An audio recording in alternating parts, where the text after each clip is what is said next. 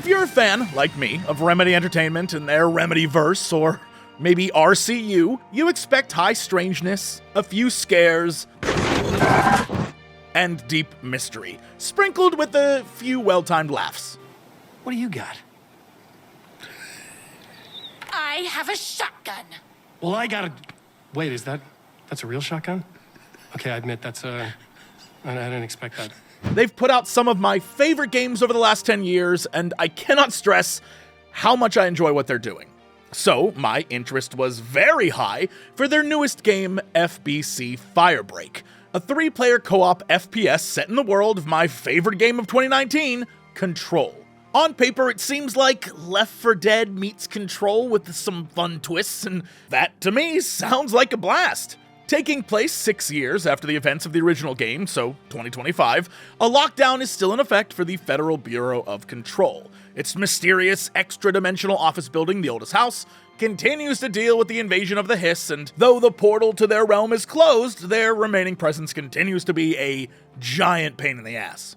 And since no one's allowed in or out, resources for managing the building have become scarce. And maintaining the whole building has become so hard that they've been forced to lock down certain sectors behind the titular fire breaks, or a separation between two sectors in order to prevent anything from leaching over into another. Very similar to how fire breaks work in real life when fighting wildfires, for example. But instead of fire, it's world-ending catastrophic weirdness. From time to time, when these lockdown sectors are in need of repair or perhaps item retrieval, small teams are sent in to infiltrate the area, and that is where you come in.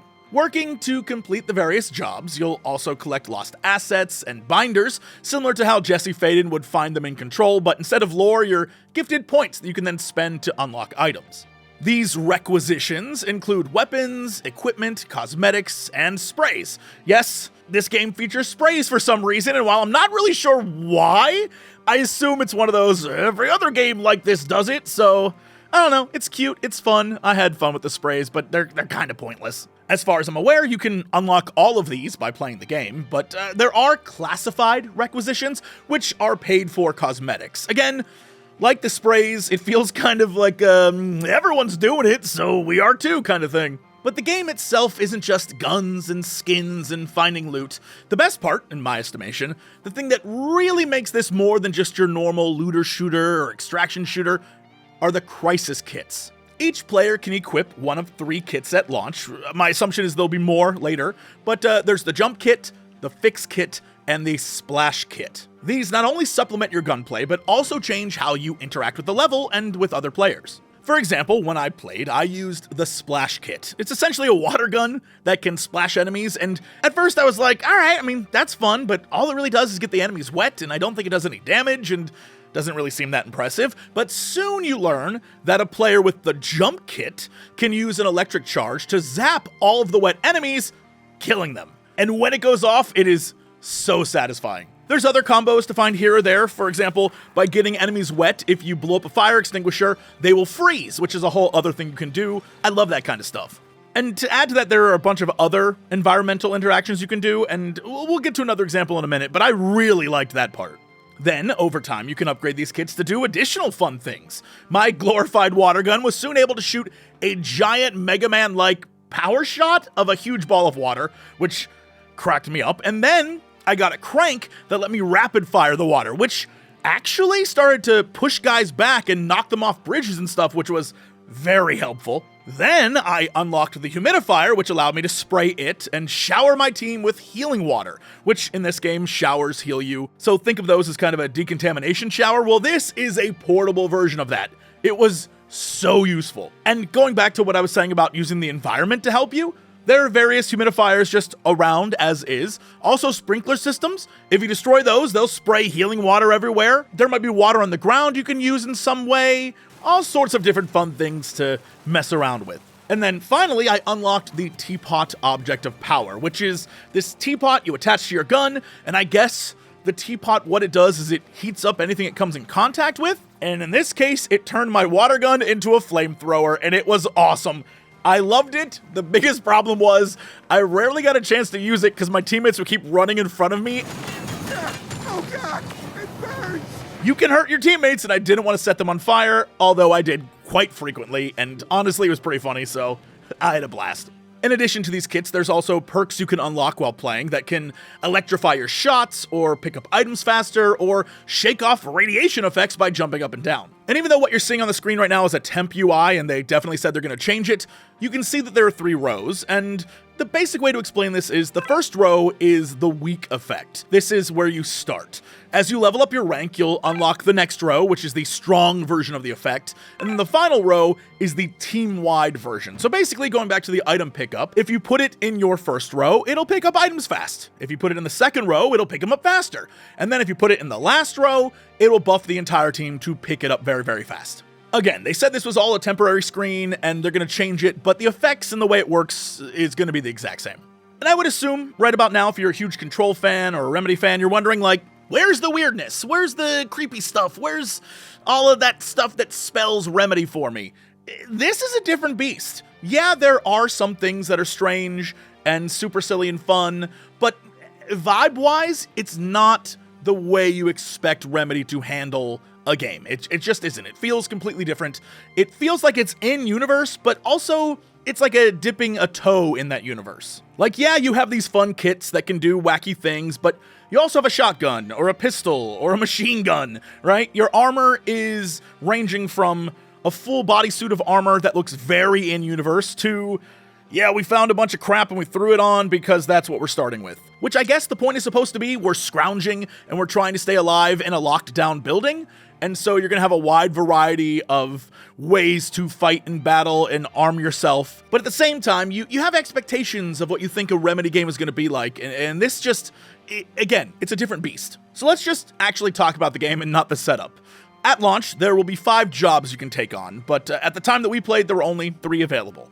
Hotfix, Paper Chase, and Ground Control. Each was a fun, different experience that, based on difficulty and a bunch of other factors that you can change, will vary wildly for everyone who plays, and I thought that was pretty cool. In Hotfix, you're repairing the furnace of the oldest house, and if you don't repair the fans, the growing heat will not just destroy the sector, but will set you on fire as well. So not only do you have to manage to repair the various fans, you're also fighting the hiss and trying to watch your slowly increasing temperature, because while a wave of hiss is attacking you, you might suddenly burst into flames if you don't watch yourself. Paper Chase is the one I think a lot of you have seen footage of if you've paid any attention to this game. It's been a lot of the media they put out. It's a delightful callback to Control and the sticky notes that would appear in various places. And in this game, the sticky notes have replicated to a critical volume, consuming anything and everything they touch, including people. So you have to destroy a certain number of sticky notes while also trying not to get yourself covered in them. It covers up your screen, it makes it hard to see, the hits are coming at you. Again, getting in the shower will wash them all right off. And the final job that I got to play, which was probably the creepiest one, is called Ground Control, where you're in the FBC Blackrock mines to confront these creepy astral leech-looking things that you have to kill to collect their radioactive pearls. And then you have to carry the pearls to a drop site, and the pearls, of course, because they're radioactive, will slowly kill you over time, so you have to defend yourself from the hiss, kill the leeches, and then not die from radioactive poisoning. Again, in a very Left 4 Dead style, and I'll keep using Left 4 Dead because it's, I think, probably the most well-known style of these games.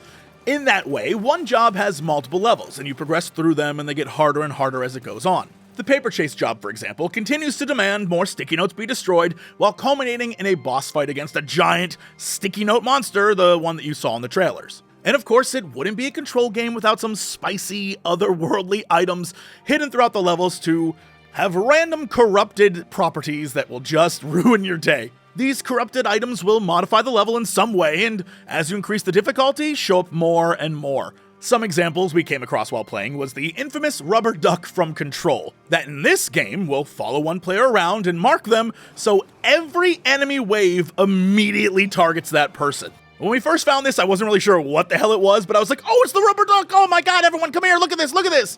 Needless to say, that was a bad idea. We were overrun so quickly, lessons were learned. There was also an item that I never really saw, or at least I don't think I saw it, but it makes the room enter low gravity mode. So when we first got to the final boss of Paper Chase, I thought the room just had low gravity for some reason. Didn't question it at all. I was like, it's Control. It wasn't until we went back to the boss on another attempt that I noticed the low gravity wasn't happening anymore. Eventually, a dev told me that there was a corrupted item in the room and I just didn't see it. Now, if you're thinking, that gravity bit actually sounds pretty fun. The duck, sounds like a pain in the ass, but the gravity sounds fun. First off, you'd be correct. But secondly, if you don't want to deal with any of them, or there's one in particular you don't like, you can find a black rock grinder at the ammo station, and then you can use that item to destroy the corrupted item. Now, you don't need to do that, but it will stop it from being annoying if you don't want to deal with the bad ones. So as I was playing, the big takeaway I had from this, and I'm pretty sure it's the big takeaway from all games like this, teamwork is key.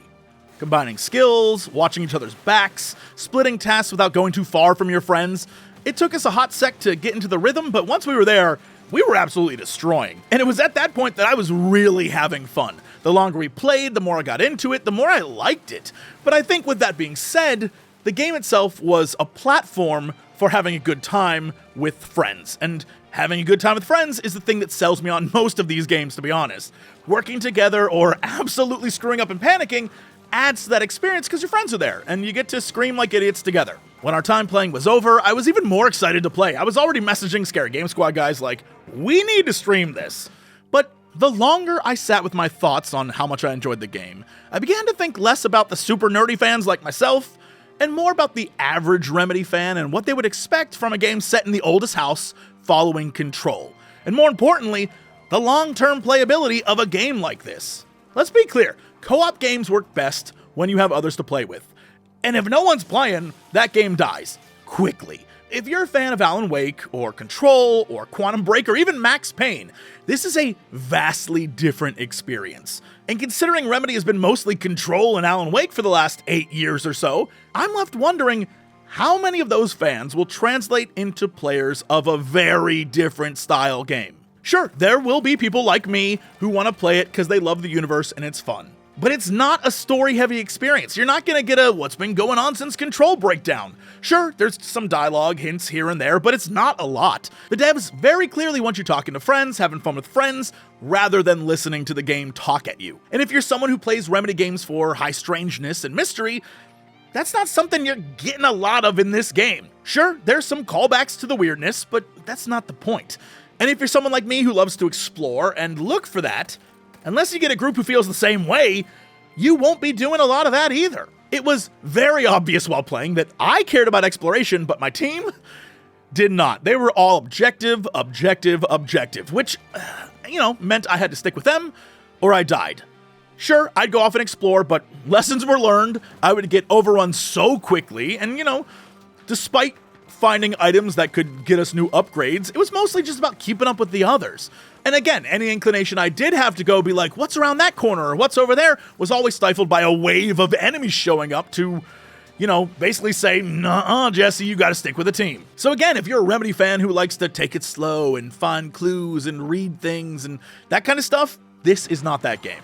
My assumption is that this game is for someone who says, I'm a Remedy fan, and I can't get my friends to play Remedy games so I can talk to them about how much I love the games, so this will probably be a good gateway to get them invested. Which, by the way, I am all for more people playing Remedy games, but I'm still not sold on this being the title that gets new fans in the door without having to be dragged by a nerd like me who just wants to talk about the Remedyverse whenever the hell they can. Plus, at $40 for the base game, and then things to buy within the game, it's entering into the market of, do I want to pay for stuff in this game, or do I want to use my money to keep buying Marvel Rivals skins, for example? You're asking people to give up their sunk cost in another thing to jump on this ship, which they may not. Thankfully, on launch, it comes with Day 1 PC Game Pass and PlayStation Plus Extra and Premium releases, which I'm sure will do wonders for new players checking out the game. But again, the big question I have is, will players with no knowledge of Control or the Remedyverse even care to download the game to begin with?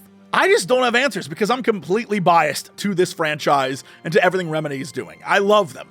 But upon further reflection, I just have to ask the question, right? And I'm sure we'll get those answers and we'll find out what people think and what the future of the game holds. But right now, I'm just really excited to play more and I want to jump back in. I genuinely had a blast playing. It is a very fun game. And I guess I'll find out what you all think when the game releases on June 17th.